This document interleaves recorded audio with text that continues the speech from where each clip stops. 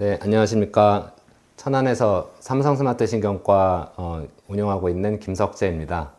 그 오늘 박재현 원장님하고 어지럼증 중에서 특히 만성 난치성 어지럼증에 대해서 얘기를 해볼 건데요. 그 박재현 원장님이 그 구독자분들은 아시겠지만 어지럼 극복 혁명이라는 책을 얼마 전 내셨는데, 이 책이 아주 그 환자들뿐만이 아니라 저희 같은 어지럼증 환자를 보는 의료진한테도 도움이 많이 되는 것 같아서 같이 책에 대한 이야기도 할 겸 해서 오늘 이렇게 영광스럽게도 박지현 원장님 채널에 출연하게 되었습니다. 네.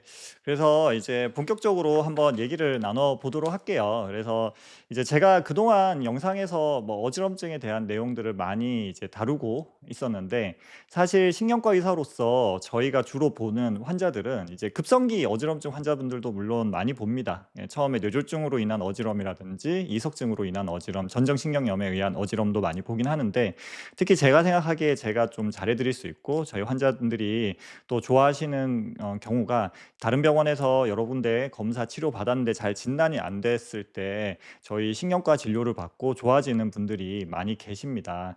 그래서 그런 환자분들에 대해서 얘기를 나눠 보도록 할게요.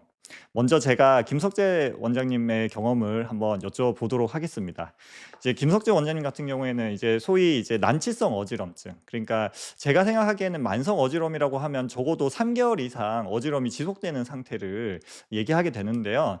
3개월 이상 어지럽다라고 얘기하시는 분들에게 주로 이제 중점적으로 생각하는 원인이나 아니면 검사 항목들이 있으실까요? 박재현 원장님도 뭐 잘 아시겠지만, 우선은 오래 어지럽다고 해서 내원한 환자들을 평가할 때 일단은 이석증을 포함한 아주 흔한 원인이 놓치고 있는 건 아닌지를 다시 평가를 합니다. 그래서 어지럼증 환자한테 가장 기본적으로 하는 비디오 안진 검사를 포함해서 검사를 다시 재평가해가지고 이석증이나 흔한 원인이지만 혹시 놓치고 있지 않았는지에 대해서 평가를 하는데요.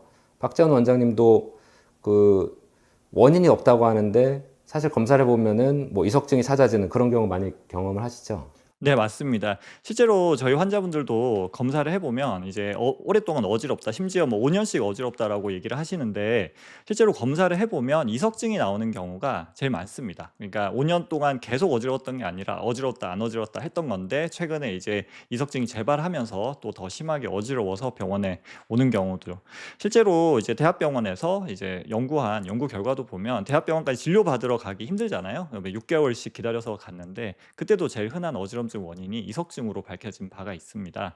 그래서 제가 생각하기에 이석증을 이제 구분하기 위한 비디오 안진 검사가 제일 중요한데, 제가 나름 제일 고충은 이제 비디오 안진 검사를 이미 다른 병원, 특히 이비인후과 쪽에서 하고 오시는 경우가 많아서 그 검사를 다시 하자고 얘기하는 게 설득하는데 좀 어려움을 겪는 경우가 많이 있는데, 김석재 원장님은 좀 어떠세요?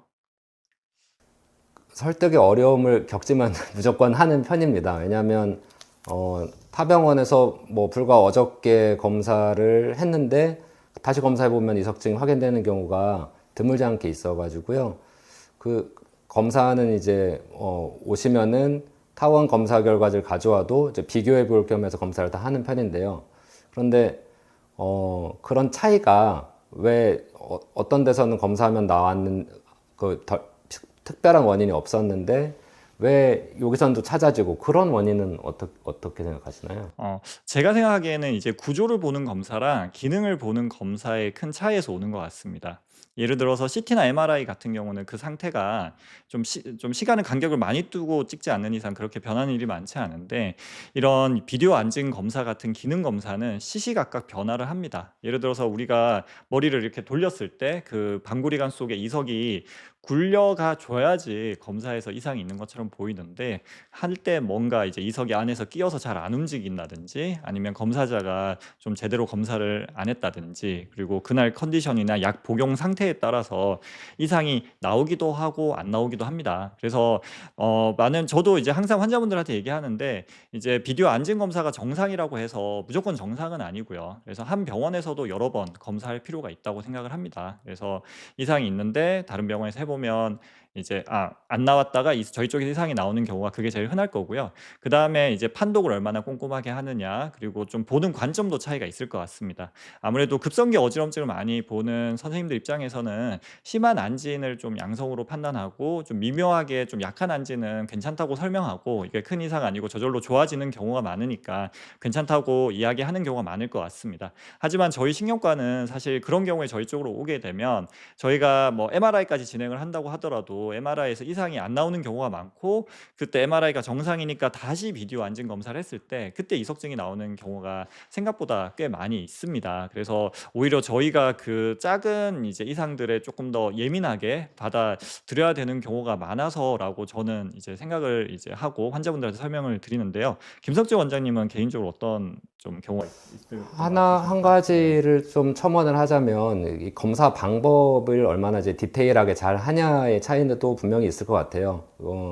우리가 이제 이석증을 찾을 때 결국은 반고리관에 들어간 돌을 충분히 굴려주려면은 그만큼 이제 각도를 잘 틀어줘야 되는데, 이제 그 틀어주는 각도가 좀 부족해가지고 이석증은 맞는데 이제 그걸 확인을 못 한다든지, 또 경우에 따라서는 각도를 만들어 준 다음에 충분한 시간을 기다려 줘야 이제 이석증 유발되는 경우도 가끔 있거든요. 그런데 이제 너무 검사를 빨리 끝냈다든지, 그리고 뭐 심지어는 이제 이석증 검사할 때 뭐 잘 아시겠지만 그 수평방고리관을 테스트하는 방법하고 그다음에 후방고리관하고 전방고리관 테스트하는 방법이 다른데, 뭐 여러 가지 뭐 시간 문제라든지 뭐 그런 것들 때문에 수평방고리관은만 이제 검사를 하고 이제 수직방고리관은 넘어간다든지, 뭐 이런 좀 검사 방법이 조금 디테일하지 않아 가지고 이제 확인 못하는 경우도 이제 종종 있는 것 같고요. 그리고 말씀하신 이석이 이제 아주 크면 모르겠는데 이제 약간 부스러기 같은 이석 같은 경우는 이제 데이터를 디테일하게 안 보면 이제 정상으로 이렇게 잘못 판독하는 경우가 있는데, 그런 경우에서 조금 차이가 있는 것 같습니다. 그렇습니다. 그래서 제가 이제 저희 병원에서 검사하더라도 사실 처음 검사했을 때 안 나왔는데, 혹은 검사실에서 검사했을 때 안 나왔는데 제가 검사해 보면 나오는 경우도 있고 해서, 가능하면 이제 검사실에서 했는데 좀 애매하면 제가 직접 뭐 한 번, 두 번, 세 번 검사를 추가적으로 하려고 이제 노력을 하고 있습니다. 그리고 이제 그다음에 또 제가 이제 좀 항상 유튜브를 촬영하면서 환자분들에게 이제 영상을 보는 시청자분들에게 자가 운동을 제가 교육을 많이 이제 해드리고, 실제로 제 진료 보는 환자들한테도 교육을 하고 있고요. 제 책에서도 안내를 드리고 있습니다. 근데 이제 저도 조금 우려가 되고, 가끔 이제 댓글로 우려를 표해 주시거나 아니면 환자분들이 그런 얘기를 많이 하세요. 다른 병원에서 이석증 진단을 받았는데 집에서 절대로 자가 운동하지 말라고 들었는데 왜 원장님은 가르쳐 주시냐, 이거 괜찮은 거 맞냐, 이렇게 얘기해 주시면 저는 뭐 또 설명을 또 장황하게 드리고는 하는데, 일단 제 의견을 말씀드리기 전에 저는 많이 말씀드렸으니까 김석재 원장님 의견은 좀 어떠신지 궁금합니다. 자가 운동 같은 경우는 뭐 당연히 굉장히 도움이 되는데, 제가 환자들한테 이제 강조하는 포인트는 어느 반고리관에 이석이 있는지를 확인한 이후에 하는 거는 전혀 문제가 없습니다. 그런데 이제 확인이 좀 안 된 상태에서 이제 이석증 자가 치환술을 하시다가 이제 반대 방향으로 치환술을 하게 되면은 여기 이제 팽대불응정이라고 해가지고 좀 치료가 조금 어려운 형태로 이렇게 전환되면서 또 만성화될 수가 있거든요. 그래서 그런 점은 조금 이렇게 그 환자들에게 좀 조심하시라고 얘기를 하는 편이고, 뭐 박재원 원장님도 그런 경험 있을지 모르겠는데 저희가 검사실에서 이석증 찾은 다음에 특히 수평 반고리관 같은 경우에 우리가 검사실에서 봐도 왼쪽인지 오른쪽인지 좀 헷갈릴 때가 있거든요. 이제 전문가 입장에서도 좌우가 헷갈릴 수 있으니까 이제 환자들이 집에서 이렇게 여러 번 그 재발했던 분들이 이번에도 지난번에도 왼쪽이었으니까 이번에도 왼쪽일 거야 해가지고 이제 했는데, 그게 이석증이 꼭 같은 쪽에서만 재발하는 건 아니거든요. 그래서 그렇게 집에서 하시다가 오히려 조금 상황을 악화시킬 수 있어가지고 저는 이제 병원에 오셔서 어느 쪽에 어느 반고리관인지까지 확인받고 그런 이후에 자가치환 집에서 이제 운동하시는 걸 하는 게 안전하다, 이렇게 설명을 드리고 있습니다. 네. 저도 완전히 동의를 하고요. 그래서 저도 이제 자가 운동은 이제 하다가 더 깊이 들어가는 경우가 있어서 가능하면 병원에서 확인하고 하시는 게 좋다고 생각을 합니다. 근데 저도 이제 개인적인 경험으로는 이제 유튜브 영상을 올리고 나서 생각보다 많은 분들이 혼자 해서 좋아지는 분들이 있으니까, 또 요새는 무조건 하지 않는 게 뭐 "하지 마세요." 이렇게 얘기하기는 조금 어렵긴 하고, 그래서 가능하면 요새 워낙 가까운 병원에 사실 이석증을 진단하고 치료할 수 있는 병원은 우리나라에는 워낙 많이 있습니다. 그래서 가능하면 내가 이석증이 의심이 되면 병원에 가서 안전하게 검사 받고 치료받는 게 제일 저도 좋다고 생각을 하고요. 간혹 이제 혼자서 가기 힘든 경우에, 그리고 너무 많이 재발을 했는데 내가 도저히 가기 귀찮다, 그럴 때는 한 번 정도는 시도해 볼 수 있거나, 그리고 이 영상을 보시는 분들 중에서 우리나라가 아니라 외국, 저 같은 경우는 개인적으로 호주에 계시는 분들 요새 이제 좀 진료 받으러 오는 경우들이 좀 있고, 또 미국에 계신 분들도 연락을 주시고는 하는데, 그렇게 외국에 계신 분들은 혼자서 좀 시도해 봐도 사실 이제 이석증이 맞으면 많이 위험하진 않아요. 제가 생각하기에는 좀 오래 가거나 더 깊이 들어갈 수 있지만. 근데 제가 제일 우려하는 상황은 사실 이석증이 아닌데 이석증이라고 착각하는 경우. 그러니까 즉 뇌경색인 경우인 것 같아요. 그래서 뇌경색인데 소위 골든타임을 놓치고 혼자 치료하면, 이제 그게 제가 이제 항상 영상에서 선생님 이제 여러분들한테 말씀드리는데 제일 우려스러운 점이 아닐까 이제 싶습니다. 네. 그러면 다시 또 본론으로 좀 약간 옆길로 샜는데 돌아와서, 이제 만성 난치성 어지럼증이 이제 환자분들이 이제 우리가 이석증에 대해서 또 많이 말씀을 드렸고, 그러니까 첫 번째로 많은 건 이석증이고, 자, 검사했는데 이제 이석증이 아닌 경우는 어떤 경우가 있을까요? 그런 경우가 이제 굉장히 많죠. 많고, 이제 이거를 이름 붙이기 나름인데, 뭐 예전에는 뭐 만성 주관성 어지럼증, 뭐 이렇게 이름 붙이기도 했고, 시민성 어지럼증이라고 얘기하기도 했고, 근데 요게 이제 한 10년 전부터 요즘에는 이제, 그, 주관적 체위지각성 어지럼증, 뭐 소위 이제 PPPD라고 하는 이제 그런 쪽으로 지금 이제 그 결론은 나고 있는데, 이게 결론이 났다는 이야기가 그냥 용어가 정립됐다는 이야기고요. 어떻게 보면 이거는 잘 모르겠는데 그냥 이름만 붙여놓은 그런 상황이거든요. 그래서 PPPD로 이렇게 분류할 수 있는 환자들은 굉장히 많은데, 이 환자들이 이제 MRI, CT 찍어도 다 정상 나오고 비디오 환증 검사에서도 뭐 특별한 원인이 나오지 않고, 그런데 환자는 계속 괴로워하고 이런 케이스들이 굉장히 많죠. 근데 이제 저 같은 경우는 이 PPPD 환자들을 진단할 때 이제 정량내파라는 방법을 많이 쓰는데, 그 모든 환자는 아니지만 상당수가 이제 정량내파에서 치료할 수 있는 조금 단서를, 특히나 그게 이제 편두통이 겹쳐 있는 경우에는 특히 좀 단서를 조금 찾을 수 있는 경우가 있는 것 같습니다. 박재원 원장님은 어떠신지? 네. 저도 그렇게 생각합니다. 그래서 PPPD 이제 지속 체위 지각 어지럼이라고 하고, 제가 책을 쓸 때는 지속 체위 지각 어지럼이란 말이 조금 어려운 것 같아서 학계에 공식 인정된 용어는 아니지만 제가 만들어서 만성 후유 어지럼으로 제가 책을 썼고, 실제로 환자분들한테도 그렇게 설명을 드리면 좀 더 이해를 잘 하시는 것 같습니다. 그래서 한번 이제 심한 어지럼증 이벤트가 있고 난 뒤에, 예를 들어서 대표적으로 이석증이 있고요. 그 외에 뭐 이제 뭐 멀미도 있고 전정신경염, 뇌졸중도 있고, 혹은 공황 발작도 있습니다. 이런 심리적인 이벤트 이후에도 지속 체위 지각 어지럼증이 이제 후유증처럼 남아서 어지러운 경우가 사실 제일 많은데, 이게 일반적인 우리가 하는 전정 기능 검사에서는 이상이 나오지가 않아서, 이제 김석재 원장님이 말씀하신 정량 뇌파 같은 좀 더 우리 뇌의 기능을 보는 검사를 해보면, 거기에서 이제 좀 뇌가 흥분된 뇌파 같은 소견이 보이는 경우가 제법 많이 있습니다. 그러면 이제 요걸 가지고 환자분들한테 설명을 드리고 또 그 단서로 이제 치료를 하면 또 도움을 많이 얻게 되고, 저는 개인적으로 추가적으로 이제 많이 하는 검사가 뇌혈류 초음파 검사를 많이 하고요. 뇌혈류 초음파 검사는 이석증 같은 이제 원인이 되는 뇌혈류의 이제 부족, 뇌혈류 장애를 보기도 하지만, 이제 제가 생각하는 재발성 이석증, 젊은 사람의 재발성 이석증이 제일 중요한 원인이 혈관성 편두통이기 때문에 이걸 보는데도 도움이 되고, 이러한 뇌혈류가 이제 속도가 빨라져 있는 환자분들이 대부분 PPPD, 그러니까 지속 체위 지각 어지럼이 동반이 많이 되기 때문에 또 도움이 되고, 또 자율신경 장애 검사를 해보면 이런 분들이 이제 교감신경이 많이 올라가 있거나 아니면 전체적인 자율신경 기능이 떨어져 있는 소견이 많이 보입니다. 그래서 만성 어지럼증 환자분들을 진단을 할 때 이런 기능 검사들을 같이 받아보신다면 좀 이상, 내가 나는 어지러운데 병원에서는 다 정상이라고 하는 그 억울한 마음을 푸시는데 좀 도움이 되지 않을까 합니다.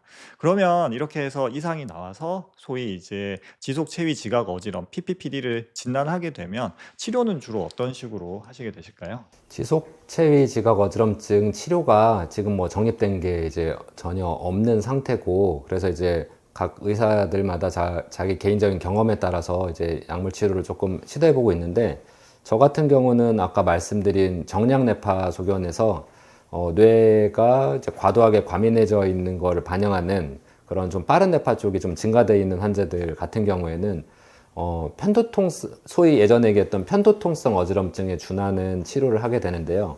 흔히 이제 쓰는 약들이 이제 시베리움이라는 약과 이제 데파코트 뭐 이런 약들을 좀 쓰게 되는데, 뇌파 변화가 있었던 분들은 이런 약들을 좀 이렇게 조합해서 쓰면 기존 보고보다 조금 더 치료 반응은 꽤 있는 것 같습니다. 그 기존에는 이제 거의 뭐 PPPD 좀 치료가 잘 안 되고 난치성 경우가 많은데, 이런 약들을 좀 썼을 때 개인적으로는 좀 치료 효과는 꽤 좋은 것 같습니다. 네, 저도 이제 동감을 하고요. 우리가 이제 PPPD에 관한 많은 연구에서 1차적으로 이제 권유하는 약은 세로토닌 올리는 이제 SSRI 계열 약이어서 이제 저는 그 약을 사실은 제일 많이 쓰고요.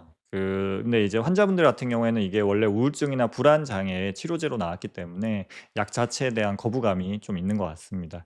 그래서 저도 이제 뇌파 검사를 정량 뇌파 검사를 해가지고 저 같은 경우는 주로 이제 전두엽 쪽에 파랗게 전두엽 쪽에 기능이 떨어져 있거나 이제 뇌가 좀 지쳐 있는 소견들, 델타파가 많이 증가돼 있고 이런 경우에는 그런 약들을 썼을 때 반응이 많이 좋았던 것 같고, 그다음에 그 김석재 원장님이 말씀하신 그 베타파가 이제 좀 그 흥분된 뇌파가 많이 증가돼 있거나, 그다음에 뇌연료 초음파에서 혈류 속도가 증가돼 있으면 우리가 저희 신경과에서 원래 전통적으로 보는 혈관성 편두통 치료제들인 말씀하신 시베리움 같은 거, 데파코트 혹은 이제 토피라메이트 성분의 약들 이런 것들이 좀 도움이 많이 되는 것 같습니다. 그래서 저도 이제 그동안 유튜브에서는 주로 이제 집에서 할 수 있는 치료에 대해서 전정 재활 운동도 사실 중요하거든요. 그런 것도 많이 강조를 드렸는데 실제로 제가 치료할 때는 이런 약들을 이제 투여하는 게 되게 중요하다고 생각을 이제 하는데, 아무래도 이런 약들은 부작용을 우리가 걱정을 안 할 수가 없습니다. 저도 이제 항상 처방을 하는 거는 이제 부작용과의 싸움인 것 같습니다. 효과는 그 다음이고 부작용 없이 약을 처방하는 게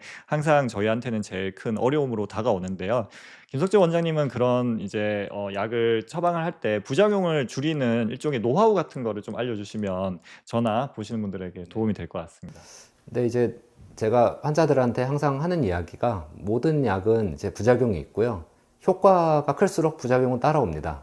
그래서 이제 그 말씀하신 대로 효과는 이제 최대화, 극대화하면서 부작용을 최소화하려고 이제 여러 가지 뭐 용량이라든지 이런 것들을 이제 최대한 노력은 해보는데, 예를 들어 이제 대표적으로 많이 쓰는 약 중에 이제 시베리움이라는 약이 이제 가장 흔한 부작용이 이제 체중 증가거든요. 그게 식욕을 올려서 그런데, 이게 원리적으로 이 시베리움이란 약이 뇌 안에서 이런 뇌 흥분성, 과민성을 컨트롤한 시작점인 시상하부라는 곳에 이제 작용을 하거든요. 근데 시상하부가 하는 일 중에 또 식욕을 이제 제어하는 역할을 하게 되고, 시베리움은 시상하부에 작용을 해서 뇌의 과민성도 낮추지만 식욕을 올려주는 부작용도 생기는 거예요. 그러니까 효과가 있는 분들은 필연적으로 이제 부작용이 생길 수밖에 없는 약인데, 약의 원리상.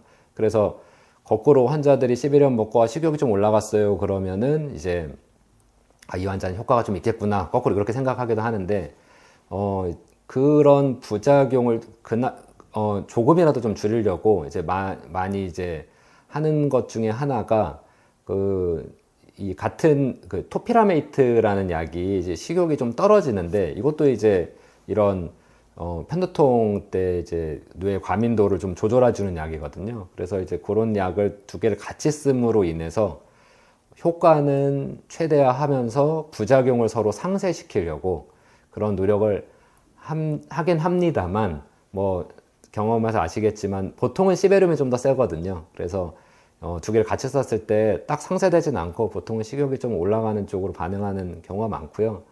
요즘에 이제 조금 제가 실제로 아직 하지는 않는데 생각하고 있는 게 식욕 조절하는 이제 위고비라는 약이 워낙 효과가 좋다 보니까 위고비를 아주 소량을 해서 조금 두 개를 상쇄시키지 않을까 그런 아이디어 정도는 좀 생각해 보고 있습니다. 네. 위고비 약을 같이 쓴다면 더 좋을 것 같긴 하네요. 예, 그렇네요. 저는 아직 위고비를 처방해 본 그 경험이 없어 가지고 잘 몰라 생각을 못 해 봤는데 그 위고비 같이 처방하는 아이디어는 좋은 것 같습니다. 그래서 저도 이제 김석재 원장님 말에 되게 동의를 많이 하고, 그러니까 항상 이제 부작용을 조절을 어떻게 하는지, 그러니까 뭐 이런 처음 먹었을 때 생기는 부작용들이 있고, 시베리움에 살찌는 거는 그래도 뭐 적어도 1-2주 이상 뭐 한두 달 먹었을 때 좀 많이 나타나는 것 같고, 처음 먹었을 때 시베리움 같은 것도 좀 졸립다든지, 토피라메이트 같은 경우는 좀 손발 저림이라든지 이런 것들 때문에, 또 이런 신경계 약들이 대부분 또 공통적으로 좀 졸림이라든지 처짐이라든지 이런 것들이 많이 나타나고는 하고, 또 이제 또 아까 언급 안 했던 약 중에서 에나폰, 에트라빌, 요 아미트립틸린 성분의 약들이 있는데, 이 같은 경우에는 또 급성 부작용이 또 이것저것 많기 때문에 항상 이제 좀 어려운데, 반대로 이 약들이 부작용이 많은 약들이 또 효과가 좋은 경험이 많아서 항상 저희가 처방할 때 조심하고는 합니다. 개인적으로 부작용을 줄이는데 제일 중요한 거는 의료진하고의 커뮤니케이션인 것 같습니다. 그래서 이제 어떤 약이든 이제 그 본인의 불편한 점을 잘 얘기하시면 의사들이 맞춰서 용량을 좀 조절을 해줄 겁니다. 이제 이런 종류의 약들은 이제 그 저희가 지금 말씀드리는 이런 약들은 대체로 용량이 올라갈수록 부작용이 많아지는 경향이 있어서, 이제 부작용을 줄이기 위해서는 용량이라든지 복용 횟수를 줄임으로써 언제 얼마든지 커버 가능한 경우가 많습니다. 그래서 이제 그런 것들에 대해서 충분히 부작용에 대해서 얘기를 하신다거나, 아니면 부작용에 대한 두려움이 강하시면 또 약을 처음부터 엄청 조심해서 저희가 드릴 수도 있고, 또 어떤 분들은 내가 좀 부작용이 있더라도 당장의 증상 조절이 먼저니까, 치료가 먼저니까 내가 감수하겠다 이렇게 얘기하시는 분들은 아무래도 좀 더 약을 여러 개 섞어서 먼저 드린다든지 이렇게 얼마든지 조절할 수가 있거든요.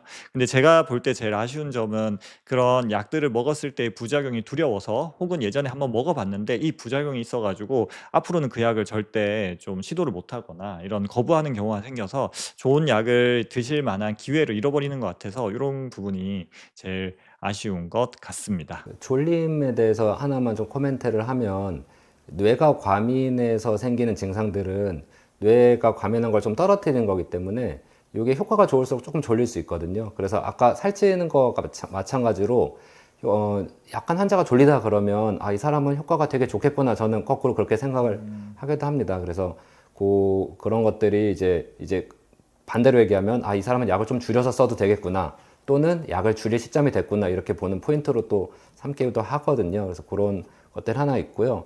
그리고 특히 이제 이런 저희 신경과 약들은 환자들이 약을 오늘 먹으면 내일부터 좋아진다고 생각할 수도 있는데, 보통은 1-2주, 최소 1-2주 정도는 드셔야지 효과가 나는 약들이라서 처음에 일주일 정도는 거의 이제 부작용이 있나 없나 컨트롤 하는 거고, 저도 이제 환자들이 약 먹고 이제 부작용 생기는 것 때문에 끊을까봐 개인적으로는 이제 병원 카톡 아이디도 다 알려드리고, 부작용 생기면 꼭 카톡 보내가지고 상담하시라 이렇게 하는데, 그런 것들을 좀 이렇게 그런 쪽으로 이렇게 좀 도와드리면은 조금 수능도가 좀 더 좋아지는 것 같긴 합니다. 음.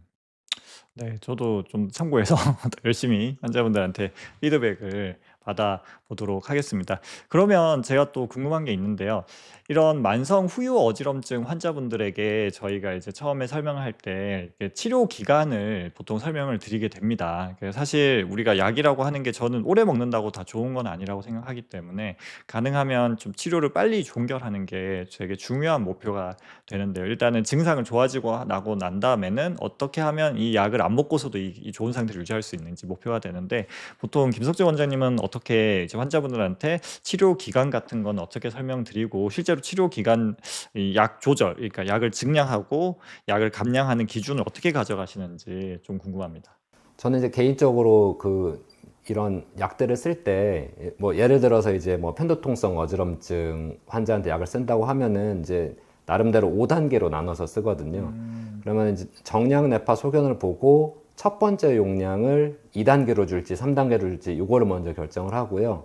그 다음에 부작용이 나면은 3단계에서 시작한 사람은 2단계로, 2단계에서 시작한 사람은 1단계로 줄여주고, 그 다음에 치료를 시작하면 2주 있다가 첫 번째로 보는데, 2주 차에 제가 환자한테 기대하는 이야기는 반 이상 좋아졌어요거든요. 그래서 반 이상 좋아졌다고 말씀을 해주시면 그 단계에서 2주를 더 유지를 하고 그 다음에 정량 뇌파가 좋아진 소견까지 확인하고 그런 다음에 이제 줄여서 끊는 쪽으로 가게 되고요. 그게 가장 무난하게 치료되는 케이스고 2주 차에 뵀는데 반 이상이 아니라 뭐 한 조금 좋아진 것 같아요. 반은 안 되는 것 같아요. 또는 전혀 좋아진 게 없어요. 그러면은 이제 3단계 제약한 분들은 이제 4단계로 그리고 또 2주 있다가 봤는데 또 비슷하다. 원하는 만큼 안 좋아졌다. 그러면 이제 5단계로 이렇게 올라가서 치료하는 편이고요.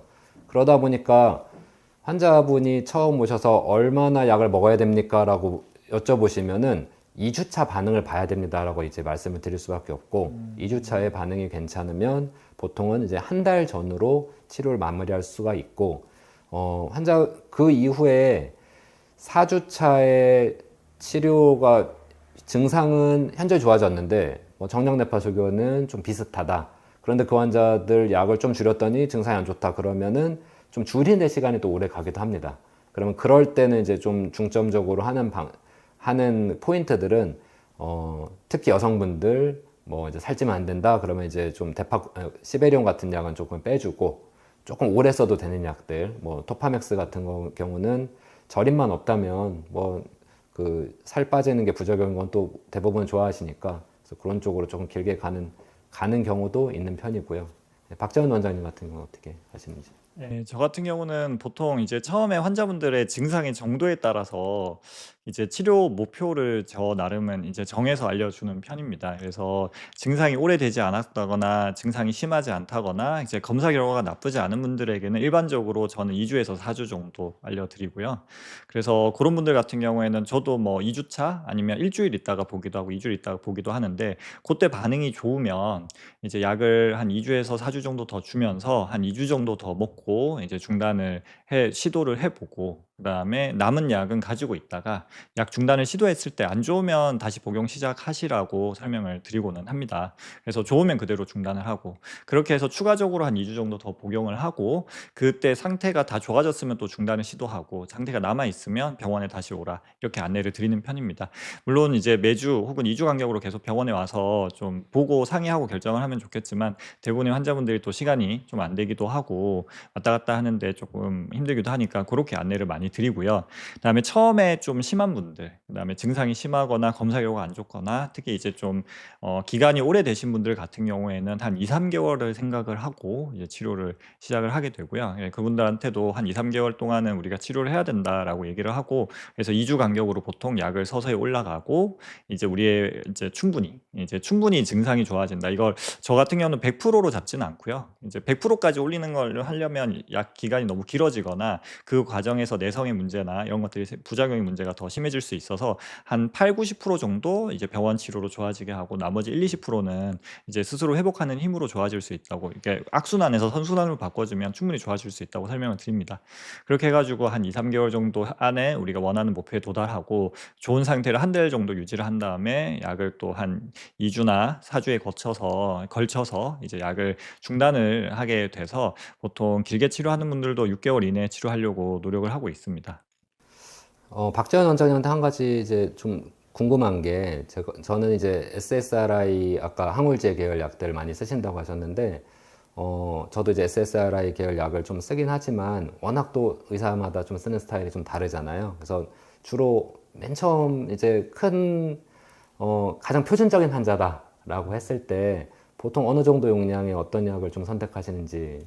네. 제가 많이 제일 선호하는 용량은 그 세로토닌에 가장 이제 좀 순수하게 세로토닌 쪽에만 작용을 하는 이제 에시탈로프람, 렉사프로라고 하는 약을 제일 많이 선호를 합니다. 그 렉사프로가 제일 작은 단위가 5mg인데 이제 증상이나 체중 이런 거에 따라서 5mg 혹은 5mg의 반 쪼개서 2.5mg으로 시작을 많이 하고요.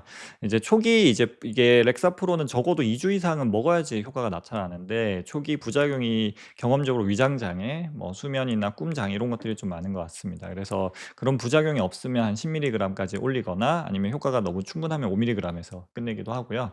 그래서 거기서 이제 이제 부작용이 좀 심한 경우에는 아예 SSRI 계열 약을 빼고 다른 데로 넘어가거나 아니면 SSRI 중에서 다른 종류의 SSRI를 이제 넘어가게 됩니다. 저는 개인적으로 많이 제일 선호하는 약은 파록세틴이라든지 그다음에 뭐 브린텔릭스 아니면 요새는 그런 약들로 많이 넘어가게 되고 그다음에 이제 편두통 치료를 할 때 제일 이제 효과가 있는 걸로 입증된 이제 SNRI 계열이죠. 벨라팍신. 예. 그래서 이제 편두통 치료를 할 때 제 이제 좀 공인 이제 좀 여러 연구 결과가 있는 벨라팍신 계열 약도 있는데 저는 개인적으로 이제 캡슐약을 많이 좋아하는 편은 아닙니다. 저희 신경과 의사들은 항상 부작용에 예민해서 이제 반 쪼개주는 걸 좋아하는데 이제 벨라팍신 계열 약은 다 캡슐약으로 돼 있어서 제가 볼 땐 벨라팍신 제일 저용량도 강도가 좀 제가 쓰기에는 좀 부담스러운 경우가 많습니다. 그래서 벨라팍신 같은 경우에는 그렇게 먼저 쓰는 경우는 그렇게 많지 않은 것 같습니다. 벤하팍신보다 조금 이제 데팍신 그 데스벨라팍신. 데스벤팍신은 이제 좀 한 25ml 소용량 쓰면 크게 이제 무난하게 큰 문제 없이 쓸 수 있는 것 같고요. 그 렉사프로 같은 경우는 주로 아침에 먹으라고 주시나요? 아니면 저녁에 먹으라고 주시나요? 이게 항상 고민인데 아침에도 사실 많이 주는 편이고요. 아침에도 많이 주는 편이고 근데 아침 먹었을 때 부작용을 좀 느끼시는 분들은 저녁에도 주게 되고 아니면 좀 약을 우리가 만약에 아침, 저녁 먹는 약이 있으면 아침에 주로 포함해서 주고요. 하루 한 번만 먹게 되면 저희 뭐 아까 얘기한 시베리움이라든지 많은 약들이 저녁에만 주는 경우가 저녁이나 자기 전에만 주는 약들이 많아서 하루에 한 번에 저녁 자기 전에만 먹는 약들이 나머지 약들이 그런 경우에는 저녁에 주로 주게 됩니다. 여쭤본 이유가 이제 렉사프로 같은 경우가 수면에 어떤 사람은 좀 도움이 됐다고 그러고 어떤 사람은 또 방해가 됐다고 하고 뭐 예를 들어 아까 얘기하신 이제 파록세틴 같은 경우는 이제 다 약간 졸릴 수 있어가지고 이거는 뭐 용법이 저녁에 먹는 거는 뭐 다 이제 동일한데 렉사프로가 사람마다 조금 반응이 달라가지고 이게 조금 애매한 것 같긴 해요. 네, 맞습니다. 파록세틴도 저도 저녁에 주는 경우도 있지만 아침에 줬을 때 더 효과가 있는 경우도 사실은 좀 있는 것 같습니다. 약전에도 보니까 뭐 아침에 그렇게 주는 게 있는 것 같아서 저도 뭐 이렇게 줬다가 저렇게 줬다가 또 이렇게 하는 편이고 그래서 약이라고 하는 건 좀 정답은 없는 문제인 것 같습니다. 정답은 없는 문제여서 이제 아까 얘기한 대로 이제 먹어보고 반응이 안 좋고 부작용이 있으면 의사랑 상의해서 담당 쌤이랑 상의해서 조정하신다면 대부분의 약들이 크게 부작용 없이 드실 수 있지 않나 싶습니다. 오늘 박재현 원장님하고 이렇게 그 영상 찍게 돼서 참 유익한 시간이었고요. 저희 채널에도 많이 구독 부탁드리겠습니다. 감사합니다. 네, 감사합니다.